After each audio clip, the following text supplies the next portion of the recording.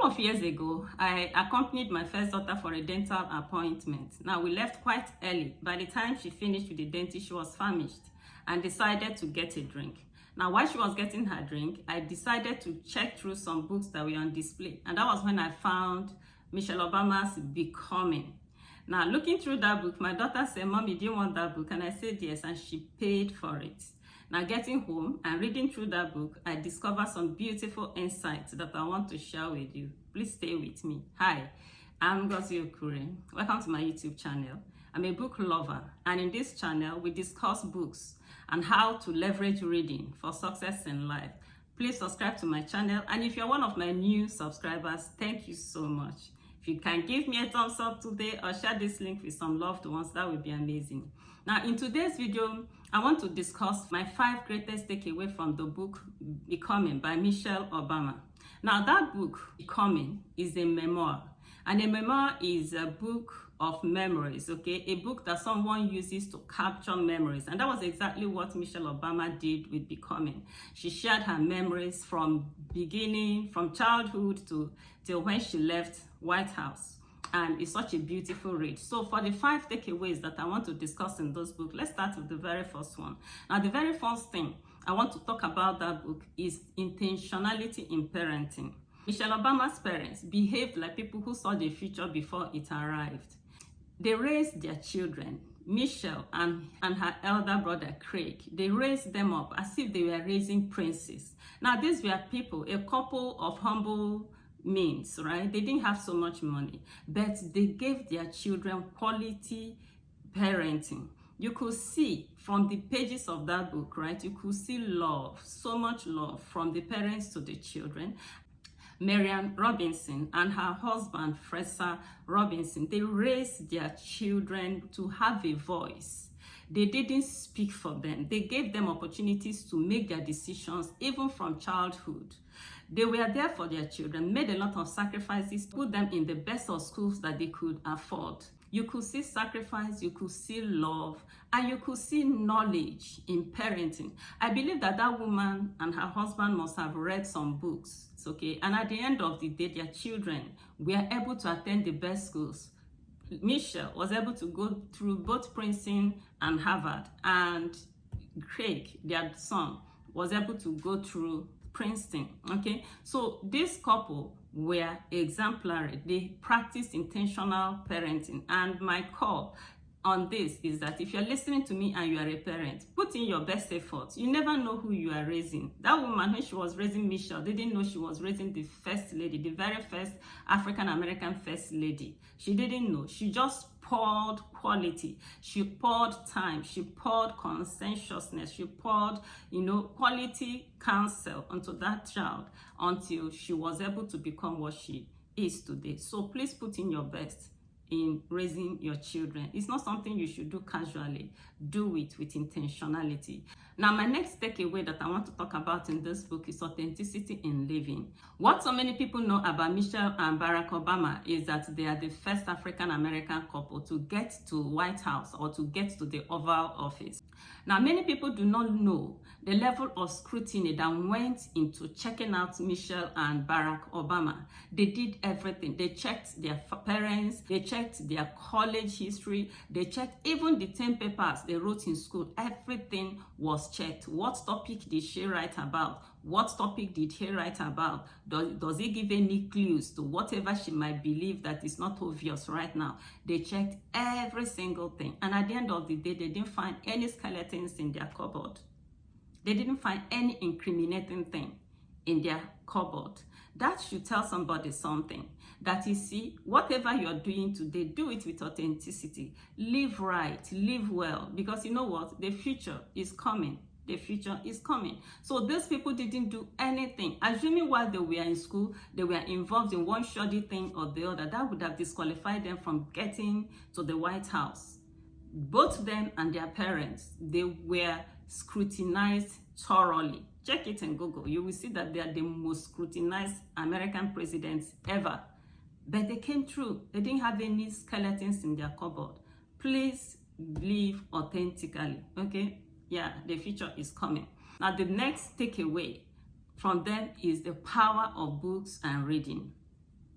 If you read through the pages of that book, Becoming, you will see that consistently, Michelle Obama talked about the reading habits of her husband. She said her husband is a bookworm.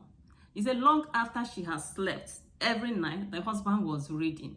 Now, the man was reading as if he was preparing for something. Granted, he was a lawyer and he taught law students. Even before he graduated as a lawyer, Michelle said that the husband was a bookworm. He said you will never hear him discussing material possessions such as buying a house, buying a car, or buying new shoes. He said that much of his money went into books, which he considered as sacred objects, right?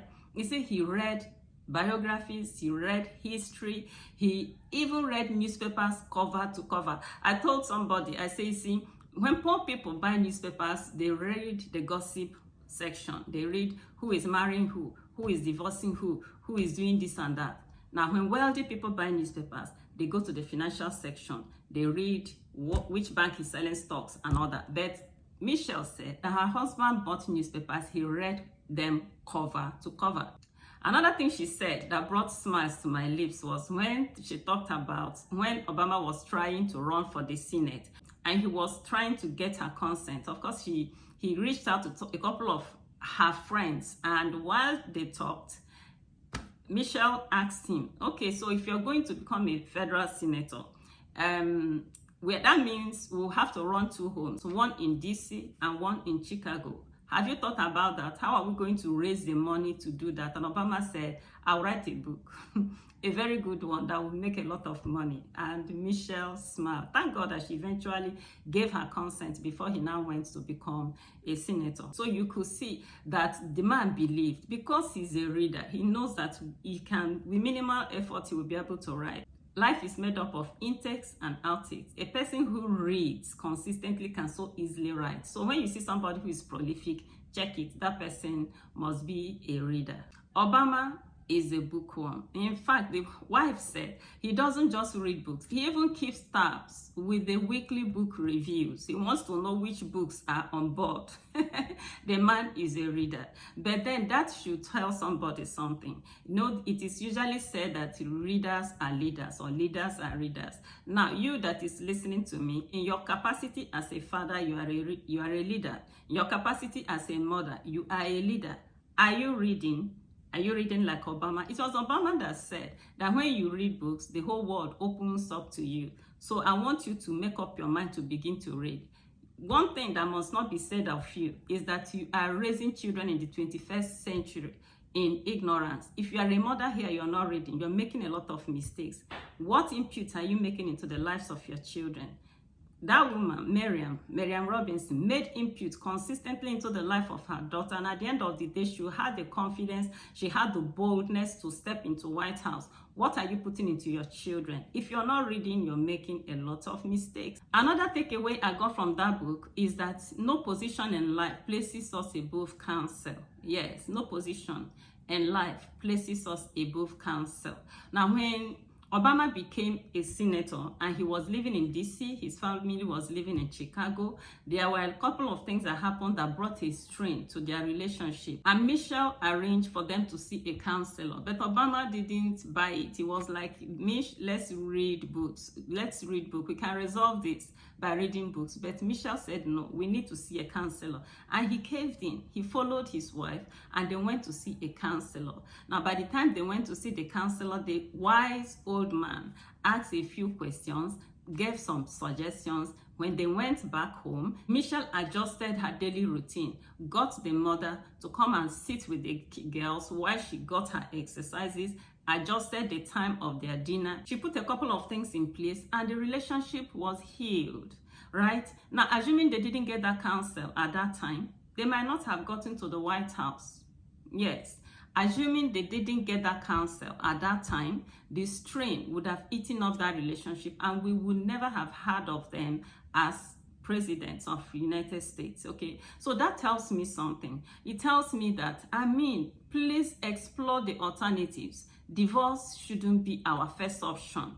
Yes, there are so many people, any little thing, they will divorce. Any little thing, they will part ways. No, marriage is for life. Do you get? And you know, the beautiful thing in this is that because both of them worked on their marriage, they agreed to go for counsel. Even when Obama was a federal senator, he bowed down, he brought himself low, to submitted himself to counsel. That tells me that no position in life should place us above counsel. When we need counsel, let's get it. Please don't let unnecessary ego stand in your way to getting counsel, because sometimes there is a reason why these counselors spend decades learning, and why it's so important for us to go and listen to them once in a while when it appears that things are getting out of hand. It happens in almost every relationship. So just think about going to get counsel instead of throwing away all the possibilities that can come out of your relationship. I normally tell people, I say, when you get married to a man, your destinies are tied together. Whatever affects him affects you. If Michelle had given up on that marriage, she wouldn't have been the first lady of America that she is today. And if Barack had thrown away that relationship, he wouldn't have made it to the White House. The Bible says that 2 shall chase 10,000. Please give some time, okay? Give some time to your relationship. Don't throw it away. There is so much that could come. So much good can still come out of your marriage. And my final takeaway is that nothing is impossible. Nothing is impossible. I remember when Obama was doing his presidential debate, everything that was screaming from all corners was that it was not possible. Everywhere, even in media, it's not possible. Everybody felt that the Obamas were not going to make it to the White House. But eventually, did it happen? It happened. That should tell you that, you see, your dreams are valid. Your dreams are possible. Another thing that reminds me of the fact that all things are possible. Michelle was in high school and went to see her counselor. She was thinking about applying to Princeton. The counselor told her that she wasn't a Princeton material. Can you beat that? Told her that she wasn't a Princeton material. You know what Michelle did? She ignored that woman. She ignored that woman and went ahead to apply in Princeton, and she was taken. It was possible. God made it possible for her at Princeton, made it possible for her at Harvard, and God made it possible for her into White House.